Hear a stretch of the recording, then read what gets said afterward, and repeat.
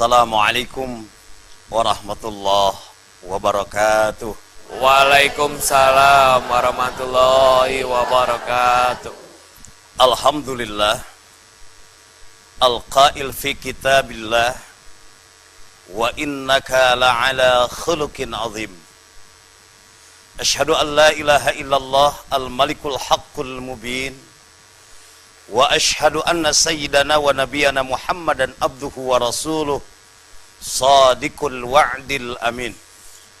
Allahumma salli wa sallim wa barik ala sayyidina Muhammadin wa ala alihi wa ashabihi wa man tabi'ahu bi ihsanin ila yaumiddin, amma ba'd.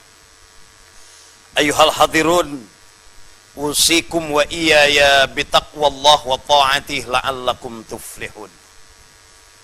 Puji dan syukur kita panjatkan kehadirat Allah Rabbul Ghafur yang telah menghantarkan kita semua atas kudrat dan iradat Allah Subhanahu wa ta'ala di pagi hari yang cerah ini, secerah seragam yang ibu pakai. Alhamdulillah Bu ya, saya yakin tidak suudzon, semua sudah lunas.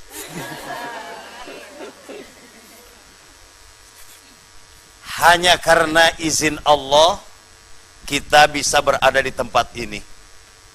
Mudah-mudahan di pagi hari yang cerah ini Allah turunkan berkah untuk kita semua. Salawat serta salam semoga senantiasa dilimpahkan kepada Nabi Muhammad sallallahu alaihi wasallam yang sengaja diutus oleh Allah Subhanahu wa taala untuk menyempurnakan akhlak manusia. Hadirin dan pemirsa dimanapun berada, manusia telah diciptakan Allah, diciptakan bukan hanya sekedar dijadikan makhluk hidup, tetapi dibekali dengan nilai-nilai kemuliaan. Kemuliaan itu tidaklah abadi kalau kita tidak melaksanakan aturan-aturan yang telah Allah berikan di dalam Al-Quran maupun di dalam sunnah Rasulullah Sallallahu Alaihi Wasallam. Kehidupan kita selalu berinteraksi antara sesama manusia yang disebut dengan hablum minallah, dan kita pun punya satu perintah dan kewajiban untuk menjalin hubungan baik dengan Allah yang disebut dengan hablum minallah. Kesemua itu ada adab dan akhlaknya. Di dalam kehidupan kita kadang sulit untuk membedakan mana adab dan mana akhlak. Seringkali kita memandang sama, orang ini beradab, orang ini berakhlak.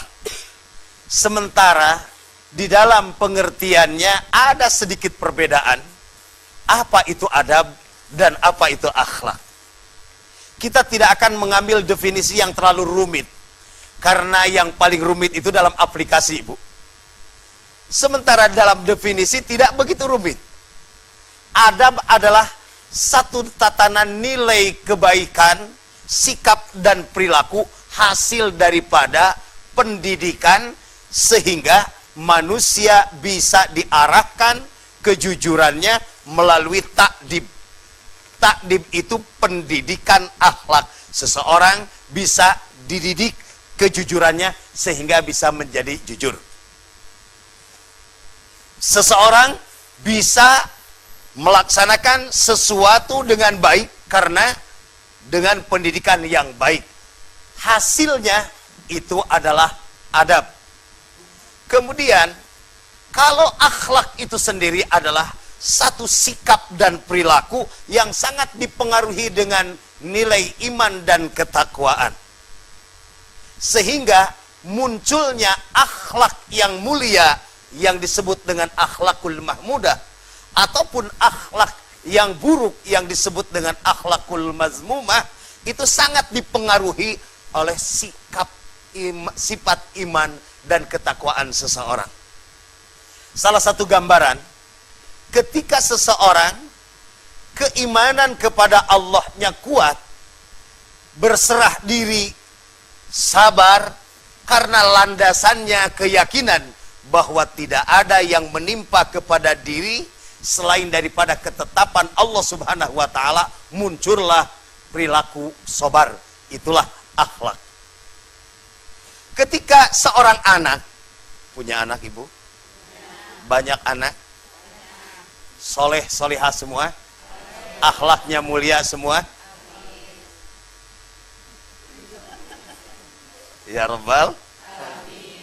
Seorang anak akan dikatakan berakhlak mulia manakala dia berbuat baik kepada kedua orang tua, bukan karena orang tuanya kaya raya, bukan karena orang tuanya berwibawa, masih dihargai oleh orang lain, tapi dia meyakini bahwa yang memerintahkan untuk berbuat baik kepada orang tua bukan tuntutan daripada orang tua, tetapi landasan keimanan terhadap perintah Allah Subhanahu wa taala, wa'budullaha wa la tusyriku bihi syai'a wa bil walidaini ihsana. Berbuat baiknya anak kepada orang tua landasannya keimanan atas perintah Allah, itulah anak yang berakhlak mulia.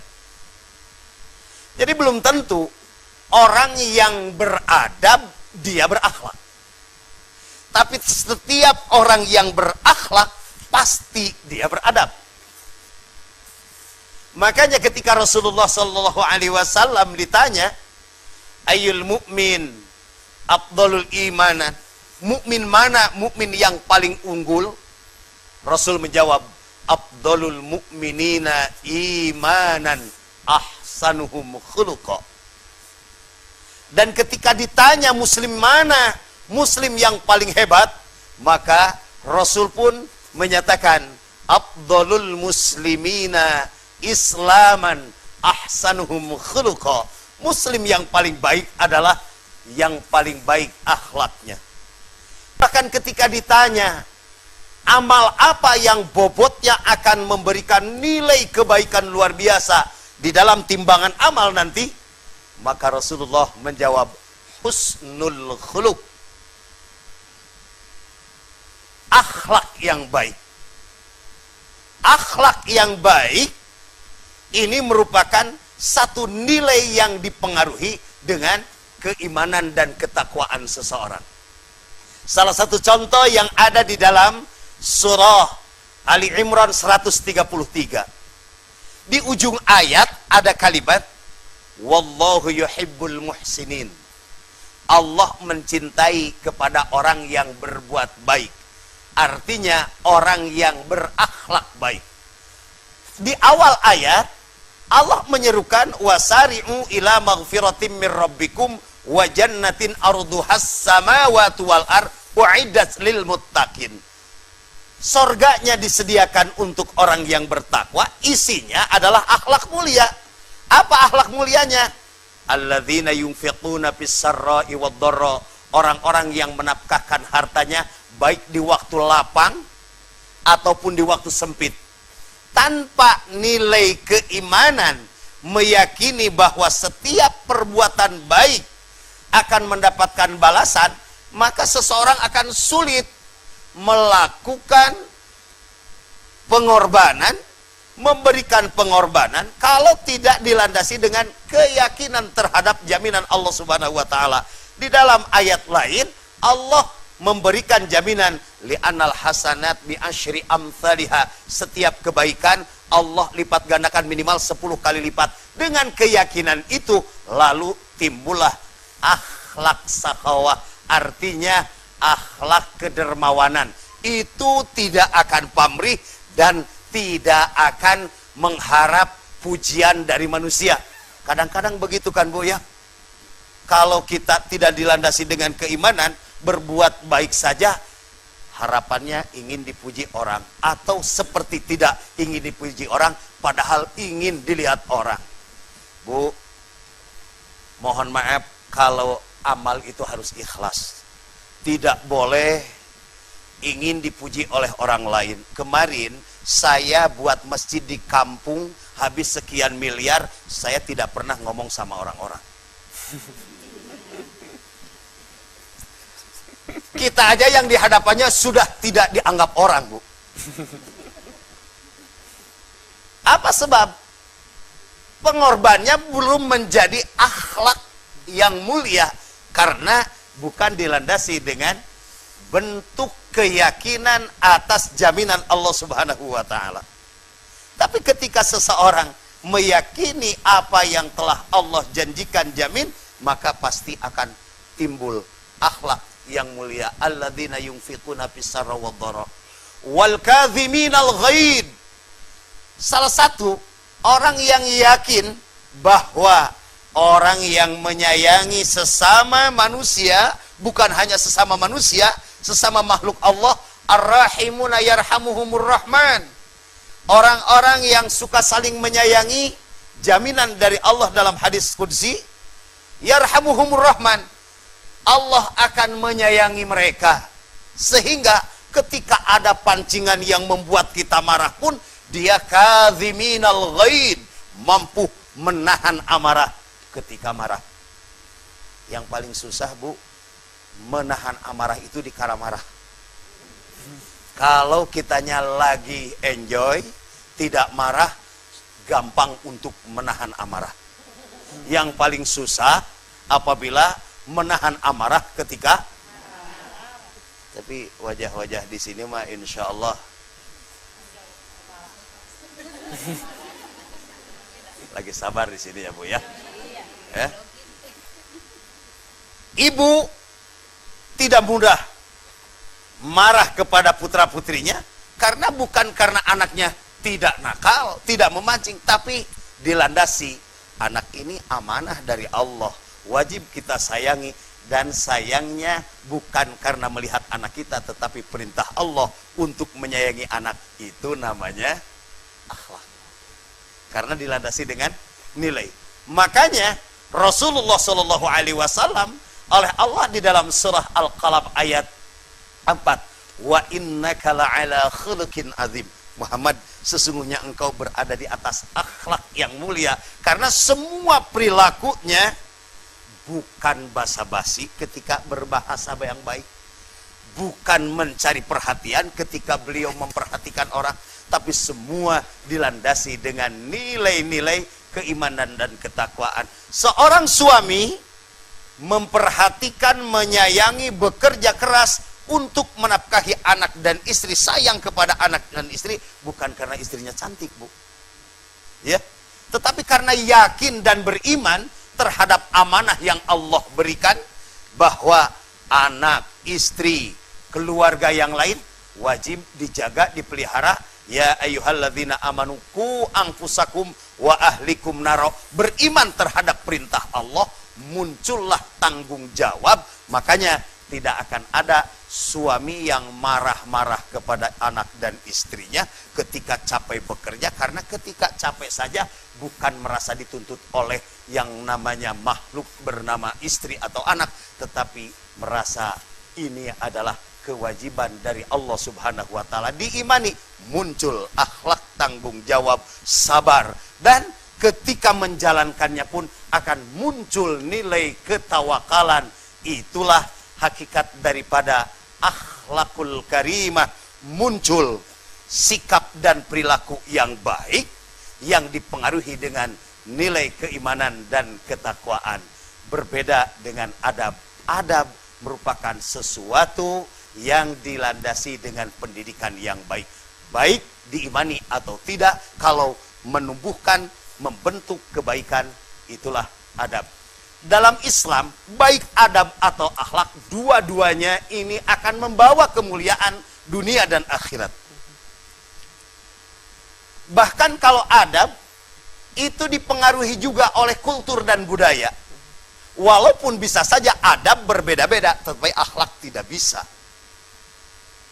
Maaf, Bu, ketika di Sunda, di Tatar Pasundan ini, Jawa Barat, ketika menghormati seseorang itu dengan merunduk, tetapi ada di daerah lain justru dengan tegak.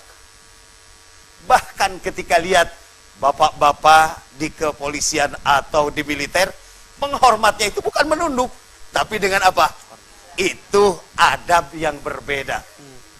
Makanya hati-hati Bu, ketika ada orang tua, maaf, sudah tidak tegak lagi, kemudian ibu menghormatnya dengan menjongkok-jongkok, itu bisa bahaya tuh. Bisa tidak beradab. Nah, ini adalah satu nilai yang harus kita junjung tinggi dalam kehidupan untuk meraih kemuliaan baik diri sendiri, keluarga, masyarakat, yaitu dengan makarimil akhlak, kemuliaan akhlak, bukan hanya sekedar kemuliaan adab. Akhlak ada hablum minallah, bagaimana kita berakhlak dengan Allah. Bagaimana adab dengan Allah. Ada akhlaknya juga, ada adabnya juga. Seringkali ibu mendengar adab ketika kita membaca Quran. Adab ketika makan. Kan sekarang sudah hampir hilang adabnya itu, Bu. Ketika adabnya hilang, otomatis kita lihat akhlaknya pun jadi hilang. Oleh karenanya, adab kebaikan, pendidikan budi perangi yang baik mutlak harus ditanamkan di dalam diri kita, keluarga, dan masyarakat, sehingga terjalin harmoni ketika kita beradab dan berakhlak. Di dalam surah Ali Imran 112, Allah Subhanahu wa taala berfirman, "Duribat alaihimudz dzillatu aina masukifu illa bihablim minallah wa hablim minan nas." Kelak manusia itu akan berada di dalam kehinaan, siapapun mereka, dimanapun mereka berada, apapun kedudukan dan seperti apapun status sosialnya, illa bihabli minallah, kecuali orang yang menjalin hubungan baik dengan Allah, wa habli minan nas, dan menjalin hubungan baik dengan sesama manusia. Yang dimaksud dengan hablu minallah adalah manusia atau hamba memberikan hak-haknya secara penuh kepada Allah tanpa disekutukannya. Baru itu dikatakan manusia yang menjalin hubungan baik dengan Allah. Allah pencipta kita, menciptakan kita untuk mengabdi hanya kepada Allah dan tidak mensekutukannya. Itu salah satu bukti hablu minallah yang kita lakukan. Kemudian yang dimaksud dengan hablu minan nas adalah memberikan hak-haknya kepada sesama manusia dan tidak merusak, mengurangi, menganiaya hak-hak yang ada pada orang lain. Seperti kehormatannya, kita tidak boleh. Karena bagaimanapun ada aturan hablum minan nas itu lebih banyak daripada aturan hablum minallah. Karena selalu kita banyak berinteraksi sosial dengan sesama manusia. Kita masuk rumah, ibu, ketemu dengan suami kita siapa? Manusia kan? Ketemu juga dengan anak kita, ketemu dengan tetangga kita, ya otomatis di situ akan dirasakan sekali mana orang yang menjalin hubungan baik dengan sesama manusia. Sampai senyum saja bernilai ibadah di hadapan Allah. Tabassumuka liwajhi ahika sedekah. Senyummu kepada saudaramu sedekah. Senyum apa susahnya?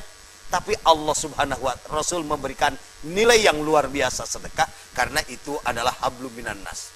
Walaupun pada kenyataannya orang itu ada yang hablum minallahnya bagus, hablum minan nasnya kurang bagus. Ibadah kepada Allahnya tahajud tidak pernah ketinggalan. Duha apalagi kalau banyak utang, tidak pernah ketinggalan. Terus saumnya hari Senin, hari Kamis, seperti ibu-ibu saja tidak pernah ketinggalan hari Senin dan hari Kamis kan? Betul, tidak pernah ketinggalan hari Senin dan hari Kamis. Walau alam saumnya ketinggalan enggak, karena tidak ada hari yang terlewat. Pasti Senin dan Kamis dilalui oleh semua. Iya kan? Tetapi dengan orang tua kurang baik, dengan suami, dengan anak, dengan tetangga, bahkan merasa dengan ibadahnya diri merasa lebih baik, itu tanda orang yang akan paling rugi. Dalam surah Al-Kahfi, bukan orang yang merugi, tapi paling rugi. Qul a'unabbi'ukum bil akhsarina a'mala. Maukah aku kabarkan orang yang paling rugi amalnya? Alladzina dhalla sa'yuhum fil hayatid dunya wa yahsabuna annahum yuhsinuna sun'a, dan dia merasa bahwa diri paling baik amalnya, sehingga dengan tahajudnya, dengan sholatnya, dengan majelis taklimnya, kadang-kadang kita bukan hanya kurang baik, tapi nyaris sombong di hadapan sesama manusia. Nauzubillah min dzalik. Mulia kira-kira enggak? Tidak. Yang kedua, ada orang yang hablum minan nasnya baik. Seru orang Sunda mah tutulung kanu butuh tatalang kanu susah teu kaop aya anu nginjem selalu dicarekan lin dibere. Kamu lamun dulur nu nginjemna kerep nginjem jarang. Pokoknya sosialnya bagus, peranginya bagus, tapi tidak pernah sholat, tidak pernah puasa. Yang naon puasa jeung ngaji oge ari kabatur mending siga urang nya ce. Mending siga urang nya ce. Sok sanajan urang tara sholat, tara ibadah, tapi saha tatangan nu dinyerikeun. Apakah itu mulia? Tidak. Tetap saja terhinakan. Yang ketiga, ada yang hablum minallahnya teu sae, hablum minannasnya goreng patu. Punten pilih kasar namanya, hablum minallahnya teu sae, hablum minannasna oge teu sae. Nauzubillahi min dzalik. Nah, mudah-mudahan ibu-ibu dan jamaah juga pemirsa yang ada di rumah termasuk kategori yang keempat. Hablum minallahnya bagus, hablum minannasnya sae. Dengan cara apa? Tadi khusyuk dalam beribadah, tidak pernah mengurangi dan tidak mensekutukan Allah, juga memberikan hak-haknya, tidak gibah. Kan sekarang lagi terpancing banyak yang gibah segala macam.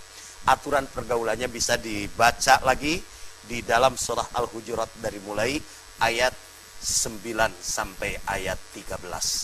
Surah Al-Hujurat ayat 9 sampai ayat 13. Itu saja udah.